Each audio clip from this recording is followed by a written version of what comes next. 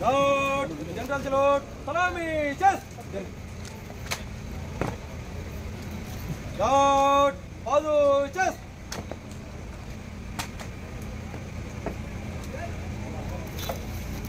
महोदय आपका निरीक्षण करिए लॉर्ड हाजिर है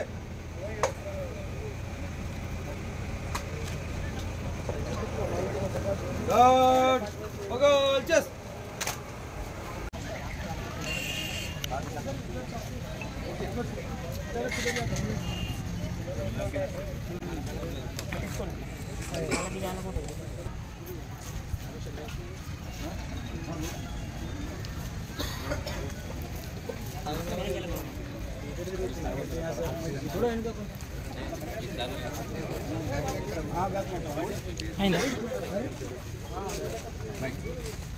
बैठो बाइक पे पेंचाओ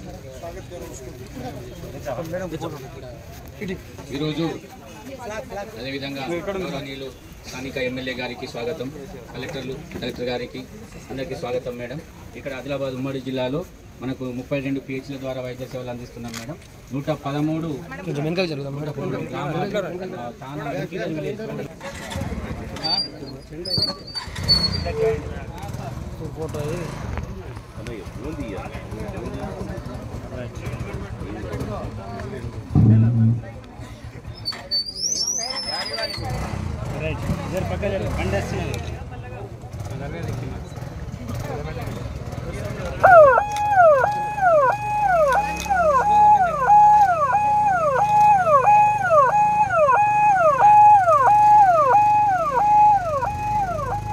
ఈరోజు అంబులెన్స్ బైక్లు ఏవైతే స్టార్ట్ చేస్తారో మన దగ్గర 10 స్టార్ట్ చేయడం అనేది జరిగింది.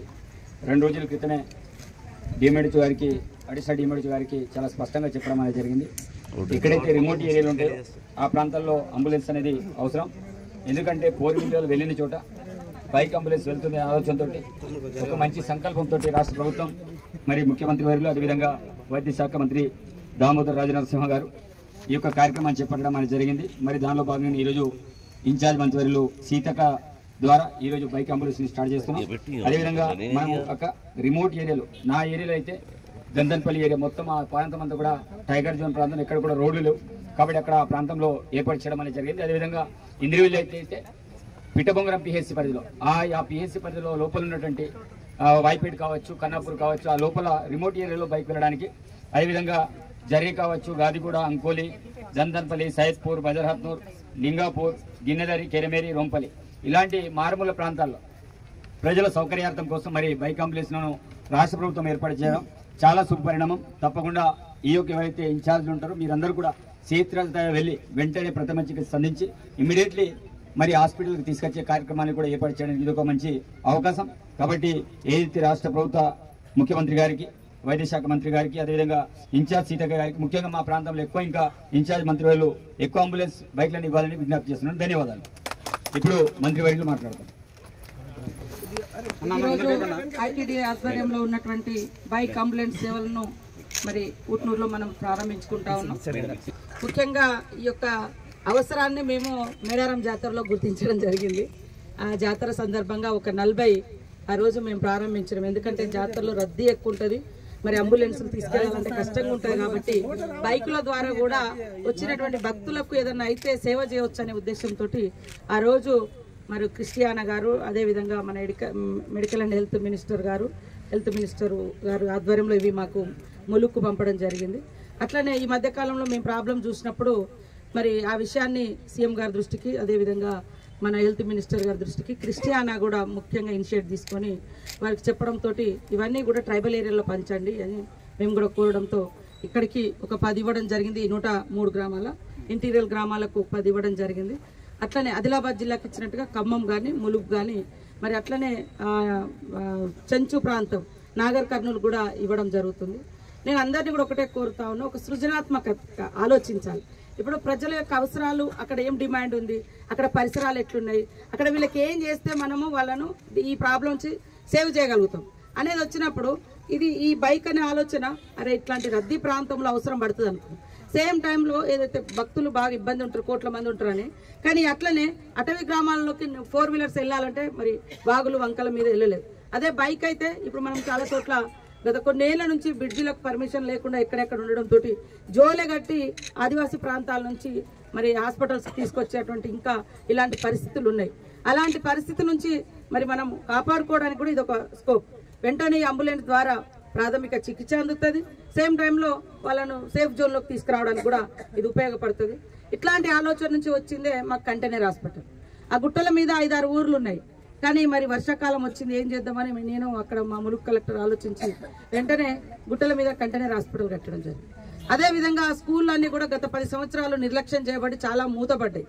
మరి పాకల కింద నడుస్తుంది, మరి పర్మనెంట్ బిల్డింగ్ కట్టాలన్నా టైం పడుతుంది. కానీ మేము కట్టించే కంటైనర్ స్కూల్కు ఆయన ఇచ్చే గ్యారంటీ మాకు 20 సంవత్సరాలు ఇస్తా ఉన్నాడు.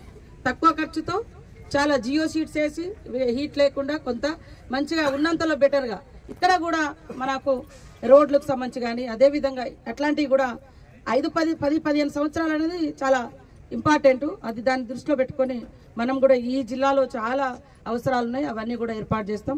మంచి ప్రోగ్రామ్ ఇది. అట్లనే ఎక్కడికక్కడ హాస్పిటల్ సేవలు చాలా వరకు మన గ్రామీణ ప్రాంతాల్లో డాక్టర్స్ రాక ఇబ్బంది పడతా ఉన్నాం, ముఖ్యంగా ఏజెన్సీ ఏరియాల్లో. కానీ మన సీఎం గారు అదేవిధంగా హెల్త్ మినిస్టర్, ముఖ్యంగా ట్రైబల్ కమిషనర్గా పనిచేసినటువంటి సెక్రటరీగా పనిచేసినటువంటి అనుభవంతో క్రిస్టియానా గారు కూడా ట్రైబల్ ఏరియాలలో ఖచ్చితంగా డాక్టర్స్ను పంపాలని మరి హైదరాబాద్లో చాలా ఏళ్ళ నుంచి ఉన్నటువంటి వాళ్ళని కూడా ఇలాంటి మారుమూల ప్రాంతాలకు ఇవ్వడం జరిగింది. చాలామంది ఆమె మీద వ్యతిరేకంగా మాట్లాడుతున్నారు, గవర్నమెంట్ మీద వ్యతిరేకంగా మాట్లాడుతున్నారు. కానీ ఎప్పుడు కొంతమందే సిటీలలో ఉండాలి, మిగతా గ్రామీణ ప్రాంతాలకు వైద్యం అందద్దు అని అంటే అది కరెక్ట్ కాదు. వైద్య సేవలు అంటేనే ఒక దేవుడి సేవ, దేవుడిచ్చే వరం లాంటిది. కాబట్టి డాక్టర్స్ కూడా మానవ సేవే మాధవ సేవ అనేటువంటి లక్ష్యంతో పని చేయాలంటే మారుమూల అటవీ ప్రాంతాల బిడ్డలకు నిజంగా ట్రీట్మెంట్ అందించినప్పుడే మీ యొక్క వృత్తికి వన్నె తెచ్చిన వాళ్ళు అవుతాం. మనం ఎప్పుడూ సిటీలలో ఉండాలి, బయటికి రావద్దు అనుకుంటే అది కష్టము. కాబట్టి ఈసారి మారుమూల ప్రాంతాల్లో కూడా ఇవాళ మెడికల్ కాలేజీలు చాలా వరకు జస్ట్ జీవో ఇచ్చిపోయింది. గత గవర్నమెంట్ ఏమి ఇవ్వలేదు, అసలు అలా ఫ్యాకల్టీ లేదు, అసిస్టెంట్ ప్రొఫెసర్స్ లేరు, సంబంధించినటువంటి డాక్టర్స్ సంబంధించినటువంటి గవర్నమెంట్ నుంచి నేషనల్ మెడికల్ బోర్డు నుంచి క్యాన్సల్ చేసే దశలో అవన్నింటిని కూడా సాధించడం కోసం మరి ప్రొఫెసర్స్ని కావచ్చు, లేదా అసిస్టెంట్ ప్రొఫెసర్స్ డాక్టర్స్ కావచ్చు, మరి సీనియర్ ఉన్నటువంటి వాళ్ళని కూడా ఇట్లా మారుమూల ప్రాంతాలకు శాంక్షన్ అయినటువంటి హాస్పిటల్స్ మెడికల్ కాలేజీలలో అపాయింట్ చేసి ఈరోజు ఆ కాలేజీలు సక్సెస్గా మెడికల్ కాలేజీలు రన్ అవ్వడానికి కృషి చేయడం జరిగింది సీఎం గారిని. అందులో భాగంగా మన ములుగు కూడా ఈరోజు 433 మంది స్టాఫ్ తోటి నిన్న క్యాబినెట్లో ఆమోదం పొందింది. అక్కడ పైన నుంచి వచ్చింది, ఇక్కడ క్యాబినెట్ కూడా ఆమోదించడం జరిగింది. లేకుంటే ఇవన్నీ ఎట్టి కాగితాల మీదకే ఉండేది. కాబట్టి ఖచ్చితంగా ఉద్యోగులు అనేట్టుకుంటే వాళ్ళకి నేను ఒకటే రిక్వెస్ట్ చేస్తున్నా, మారుమూల అటవీ ప్రాంతాలలో అమాయకపు ప్రజలు ఉన్నటువంటి ప్రాంతాలలో మనం ఎంత సేవ చేస్తే అంత గొప్ప ఘనకీర్తి మీకు దక్కుతుంది. కాబట్టి కష్టమైనా కూడా ఇష్టంగా ఎంచుకోండి, ట్రైబల్ ప్రాంతాల్లో పని చేయండి. ప్రజల ప్రాణాలను కాపాడడం కోసం డాక్టర్లు ముందుకొచ్చి సేవ చేయాలని కూడా వారందరికీ విజ్ఞప్తి చేస్తా ఉన్నాం.